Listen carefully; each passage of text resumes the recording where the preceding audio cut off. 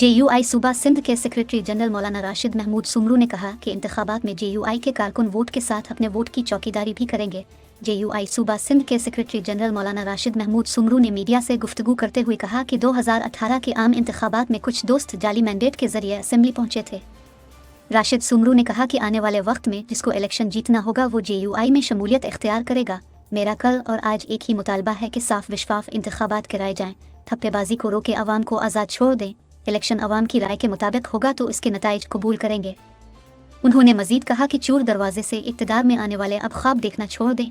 JUI की तहरीक के नतीजे में आज बानी PTI अपनी अहलिया समेत जेल में।